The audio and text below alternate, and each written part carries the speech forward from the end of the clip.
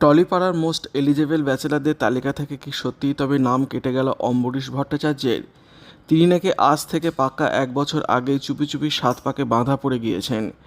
এতদিন ধরে এত বড় খবরটা স্রেফ চেপে রেখে গিয়েছিলেন পর্দার হাসিখুশি অভিনেতা।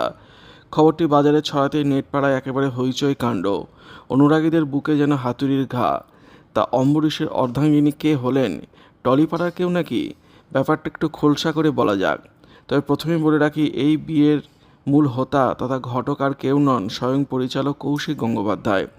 সোশ্যাল মিডিয়ায় কৌশিক গঙ্গোপাধ্যায় লিখেছেন, 1 বছর আগে ঠিক আজকের দিনে সামান্য কিছু পরিচিতের উদ্যোগে চুপচাপ ভবানীপুরে একটি বাড়িতে এই বিয়েটা হয়েছিল। এর মূল হোতা যে আমি, সেটা মেনে নিতেই হচ্ছে। পাত্র তো সবার প্রিয় ও পরিচিত, পাত্রী এয়ার হোস্টেস। ওদের পারিবারিক কিছু সমস্যা এসে যায়, তাই এতদিন আপনাদের খবরটা জানানো হয়নি। শুধু তাই নয়, দম্পতিকে আশীর্বাদ করার আর্জি জানিয়ে কৌশিকবাবু আরও যোগ করেছেন, এবার নাকি এই বিয়ের ভিডিও খোদ বরের সম্মতি নিয়ে আগামী 10ই জুলাই প্রকাশ করা হবে। আসল রহস্য লুকিয়ে রয়েছে কৌশিক বন্দ্যোপাধ্যায়ের পোস্টের শেষ লাইনেই।